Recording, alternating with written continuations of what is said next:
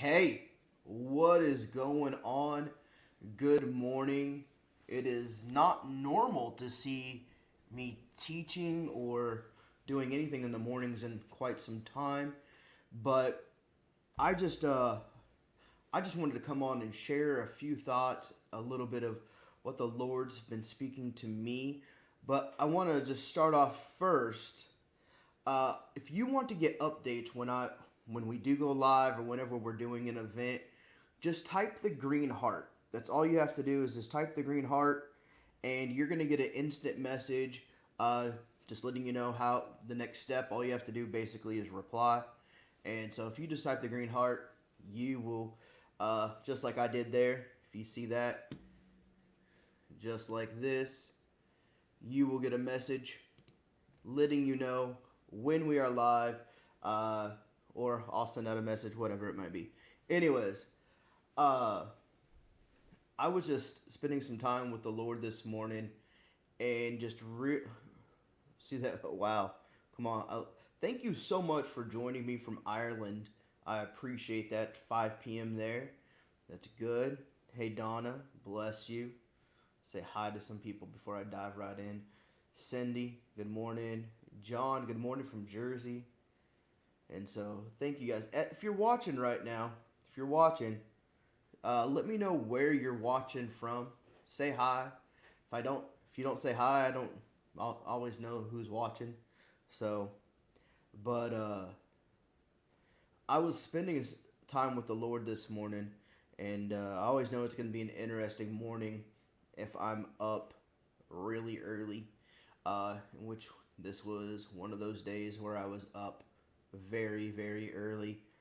And the Lord just began talking to me about what He would call the narrow road of intimacy. And I found a lot of it very interesting. Like, I had posted a little bit about it, but I also know the moment we see narrow road, we're instantly, we're like, I don't want anything to do with this narrow road business right now. you know, and that has a lot to do with, I think, how it was presented, how it's been presented, and how it's been taught.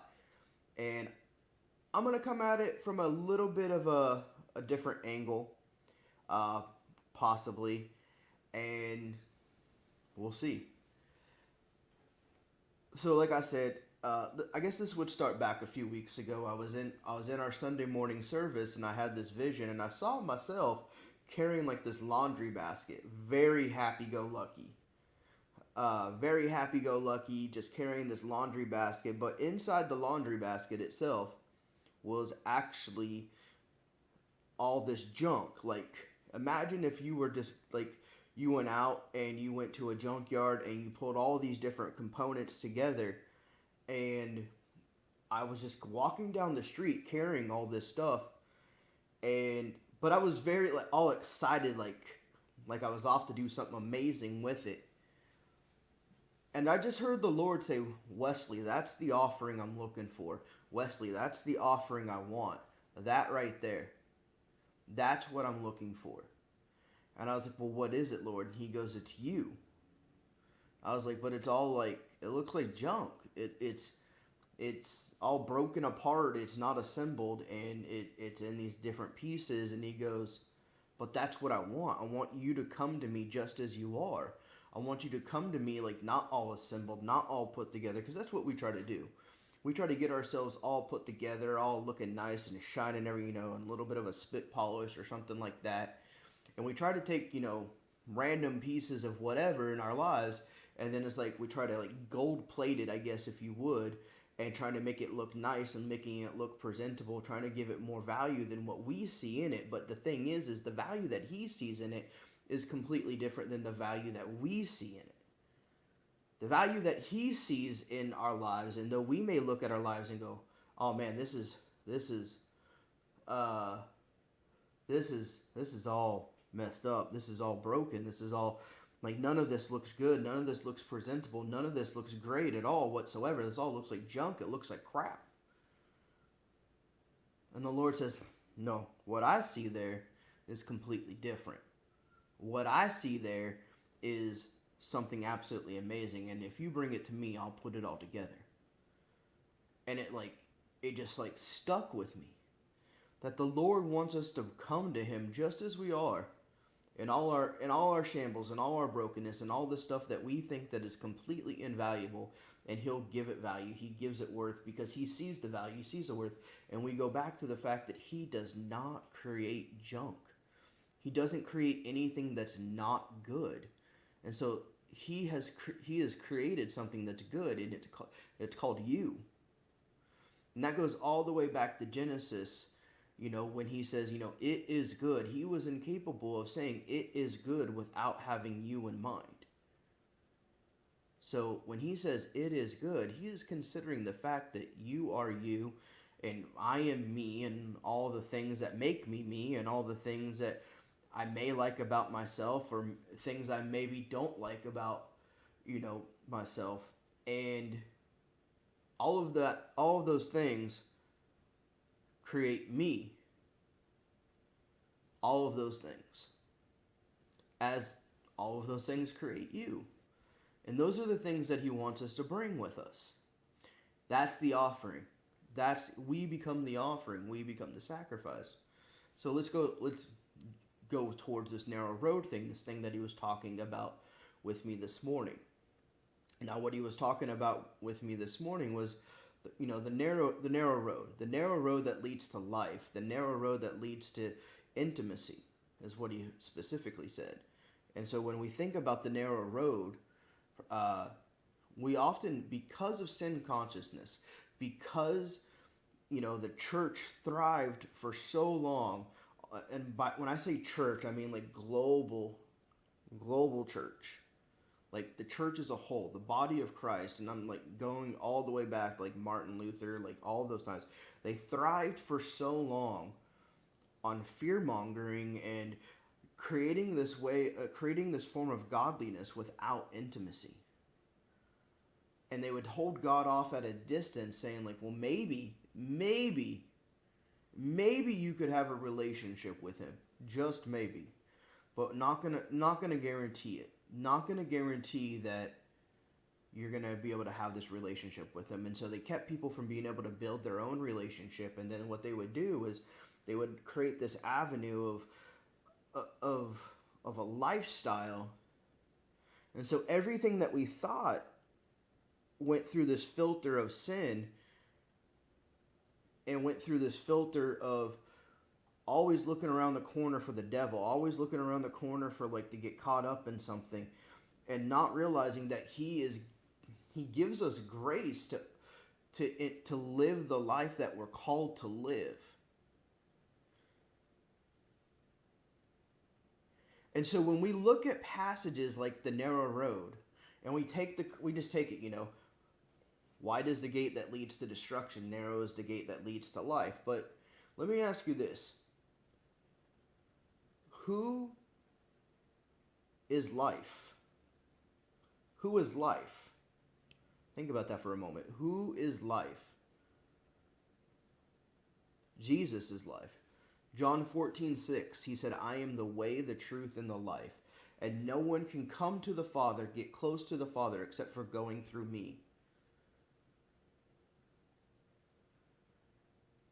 Just perhaps, the narrow road isn't what we actually think it is, or think that what was being said. The narrow road itself is actually the Lord. It's Jesus. That's the narrow road. That's who is the narrow road. He is the narrow road. It's actually quite simple. When we look at it, when we realize it, it's quite simple. The narrow road is Jesus. It's that simple. It's all it is. But let's look at it. Let's look at Matthew 7, starting in verse 13. This is what it says. Enter by the narrow gate, for wide is the gate that is broad, and is the way that leads to destruction. And there are many who go in by it, because narrow is the gate that is difficult, which leads to life. And there are few who find it. Beware of false prophets who come to you in sheep's clothing, but inwardly they are ravenous wolves. You will know them by their fruits. Do men gather grapes from thorn bushes, or figs from thistles? Even so, every good tree bears good fruit, but a bad tree bears bad fruit. A good tree cannot bear bad fruit, nor can a bad tree bear good fruit. Every tree that does not bear good fruit is cut down and thrown into the fire. Therefore, by their fruits you will know them. Then he continues on. He says, not everyone who says to me, Lord, Lord, shall enter the kingdom of heaven, but he who does the will of my Father in heaven. Many will say to me in that day, Lord, Lord, have we not prophesied in your name, cast out demons in your name, and done many wonders in your name? And then I will declare to them, I never knew you. Depart from me, you who practice lawlessness. Therefore, whoever hears these sayings of mine and does them, I will liken him to a wise man who has built his house upon the rock. And the rain descended, and the floods come, and the winds blew and beat on that house, and it did not fall, for it was founded on the rock. But everyone who hears these sayings of mine and does not do them will be like a foolish man who built his house on the sand, and the rain descended, and the floods came, and the winds blew and beat on that house, and it fell. And it's great fall that it had. See, it comes back to a place of intimacy. Even in the context of that passage, literally in those 14 verses that we read, or if we look, thank you so much, Rowdy, I appreciate that. If we look even at the verses prior to that, that's where we find, keep knocking, keep asking, keep seeking. And we use that to a variety of different things that we pursue in Christianity. But in this passage, it just kind of goes in, narrows the gate, blah, blah, blah. Nowhere in the context of this passage is sin. It's all about intimacy. Even when he's talking about false prophets, he's saying, you will know them by their fruit, because their fruit will be good, because they will be a good tree, and a good tree can only bear good fruit, and a bad tree will only bear bad fruit. But the thing is you're grafted into the vine, and therefore he is good, and therefore your fruit would be good. Your fruit would be good because you're grafted in. You're a part of the vine. You're a part of who he is, the living vine. And you're part of that whole thing. So therefore, you could only bear good fruit. So if you're disconnected from the vine, if you're disconnected from the good tree, the place where good fruit comes from, then you can only bear bad fruit if you're disconnected. But if you're connected, you're grafted in, you can only bear good fruit. So this all comes back to intimacy. All comes back to intimacy. Then he gets back into saying, like, many will come to me, Lord, Lord. Did we not prophesy? Did we not do miracles? Did we not do this, X, Y, and Z? See, all of this stuff that we build altars to, and we put out our highlight reels, and we put out all these different things, and we send them out across social media platforms, and come look at the wonders that I can do. And we don't actually give him the glory that he deserves. Because apart from him, we can only bear bad fruit. Because we're not grafted in. We're not a part of the vine. And we separate ourselves by not doing that. And the thing is he's looking for those who are willing to lay down all of that. Because none of that can go through the narrow pathway that leads to him. The narrow road that leads to life. He is life. He is life. Only he is life. And so we try to bring all these different things. Lord, Lord, did I not have 10K followers on Instagram? I mean, I even almost became an influencer. Well, I didn't know you. I mean, 10,000 other people may have followed you, but who were you following? Why are they following you? And I get that this is probably a very conflicting message coming from me as the individual who's all about, like, grow your social media so that you can go out and you can reach people. But at the same time, if they're coming to you instead of going to the Lord, we already got a problem. And to be perfectly honest,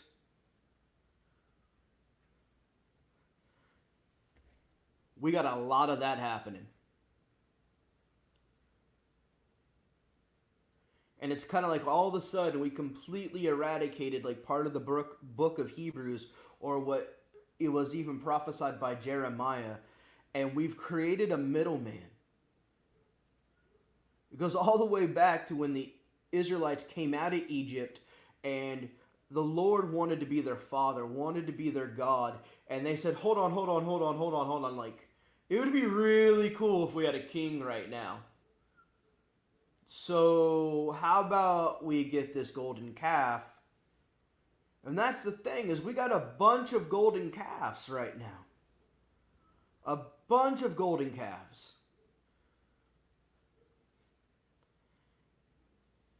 And there are social media influence, there are ministries, there are email lists, our text message list, it's our miracle highlight reels, it's all these different things, and they've become golden calves that we've exalted above the Lord.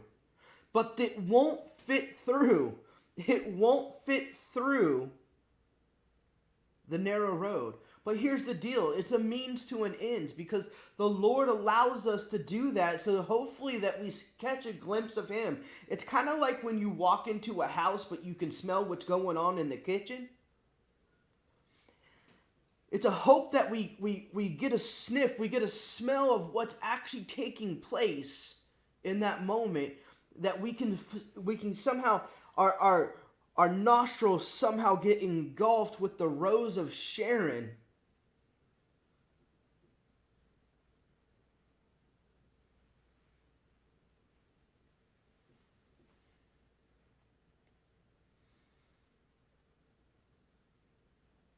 But it's all about him.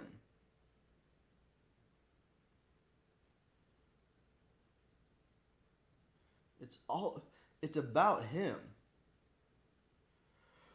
And so when we, you know, I tell people around me that like allow me to speak into their lives that like whatever you're doing right now to build whatever it is that you feel like you're building, you're going to have to do more of that thing in order to actually sustain it. But if we build it upon the rock, if we build it upon intimacy, if we build it upon dependency upon him, instead of dependency upon our skill sets, instead of dependency upon who we are, and we build it upon him, we build it upon the rock, then all we have to do is be friends with the Lord.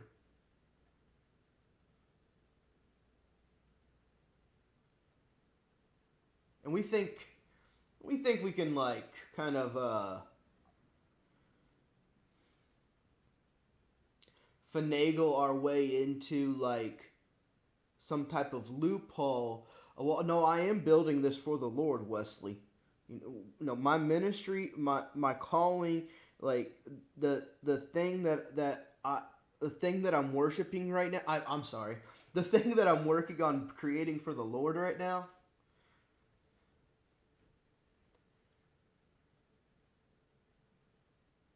Well, it's all for him, so it's okay.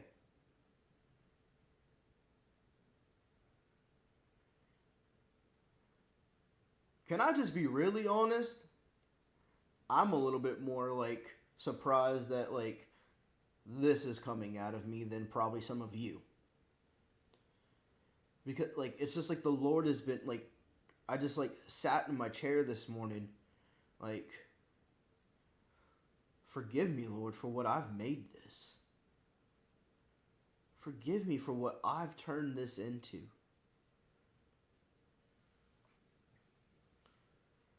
See, none of that stuff, none of that, and I say stuff because, like, that's the nice way of putting it right now. No, it's filthy rags, it's garbage, it's dung. Paul said, I count all things dung compared to knowing the Lord. It's all rubbish. It's without value. It's without value, which without, like, it'll be burnt up like that. That'll be burnt up just like that.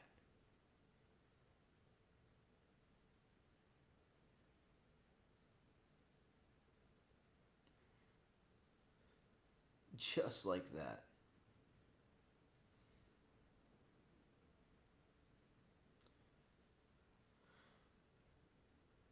But let's go ahead and let's throw a few other calves into the fire right now, since we're at it. Rich young ruler.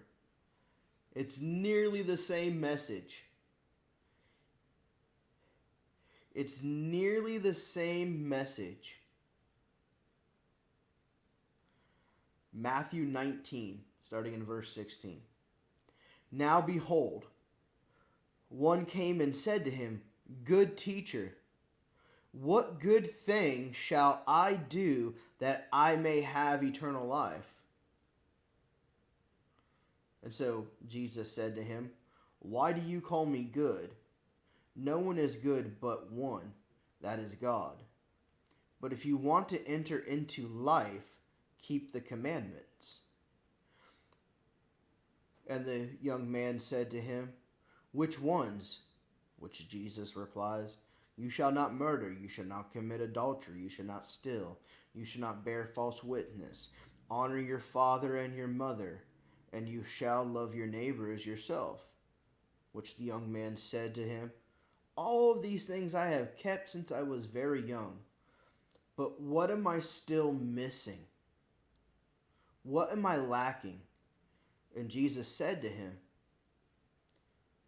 if you want to be perfect, go sell what you have and give to the poor, and you will have treasure in heaven, and come follow me." But when the young man heard this, he went away sorrowful, for he had great possessions. Everybody gets caught up on the money aspect in this passage. They get caught up on the riches and the possessions. But what are his possessions? See, this guy, this young man, we'll call him, for example's sake, we'll call him Wesley.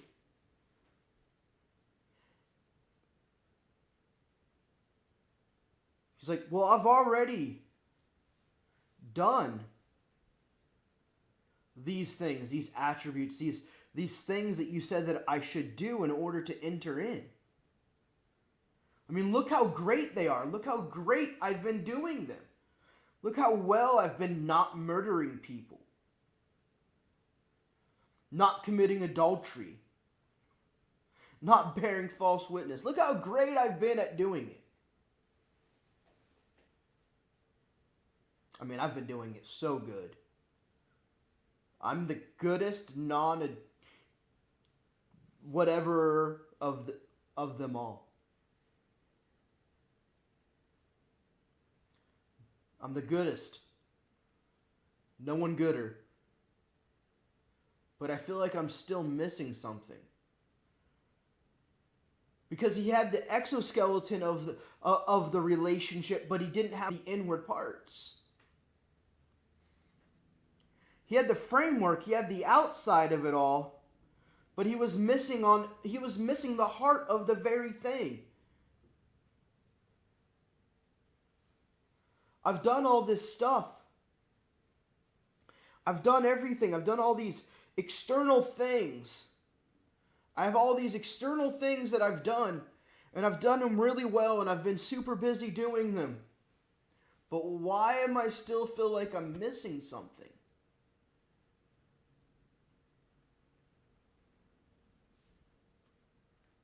Why do I feel like I'm missing something?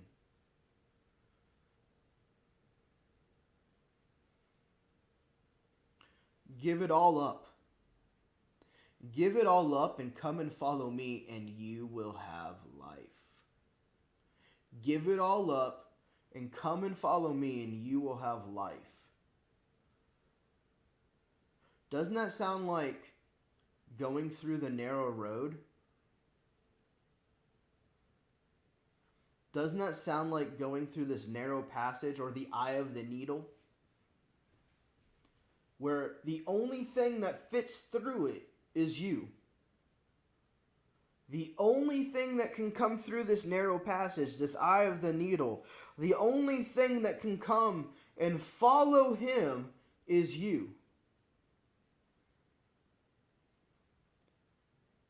And all he's asking for is for us to come with our little contraption of whatever it is that we're carrying around with us that holds our life together. And he's saying, if you bring it to me, you won't have to worry about gold plating anything. Because I'll make it gold. I'll purify it. I'll burn off the dross. I'll burn off all the excess. You won't even have to worry about it. It'll be the purest thing that's there.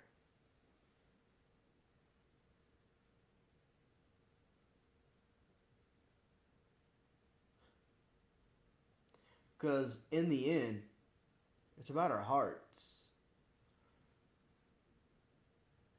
That's what he's after. That's what he's looking for right now. Our hearts.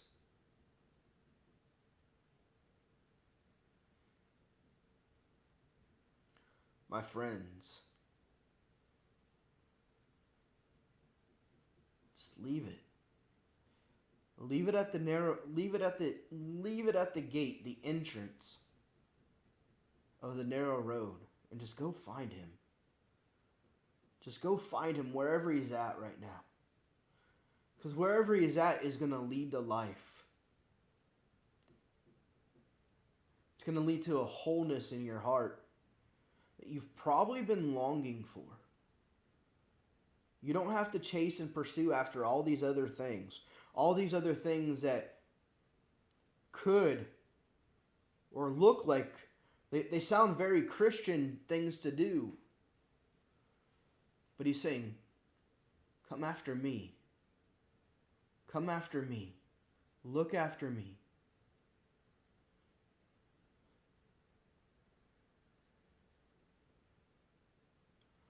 Look after me.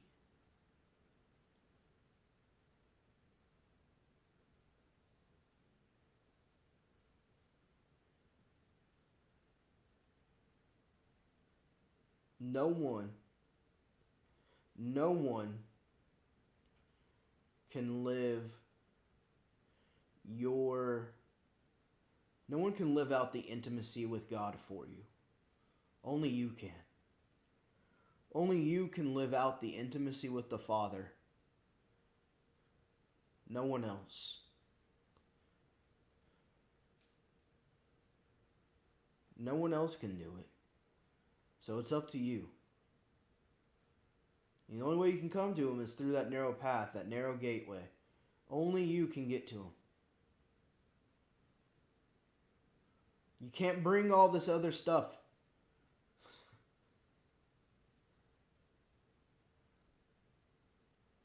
You can't bring everything else with you.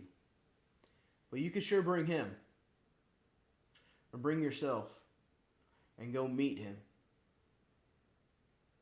On the other side of that narrow pathway, that narrow door. Because that's where life is. It's where intimacy is.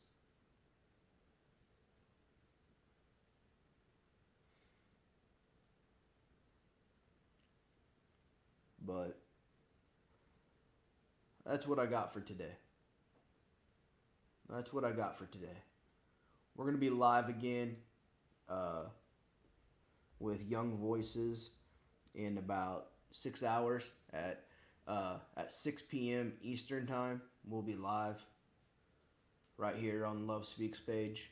If you're not following, after all that, blah, blah, blah. If you want to get updates for when we go live, just put the green heart emoji in like John did there. Just like this. And you'll get a message and all that good jazz and how we can stay in touch and do whatever it is that we're going to do. But thank you guys so much for hopping on. Bless you guys. Stay connected. Stay connected. But love you guys. Have a good day.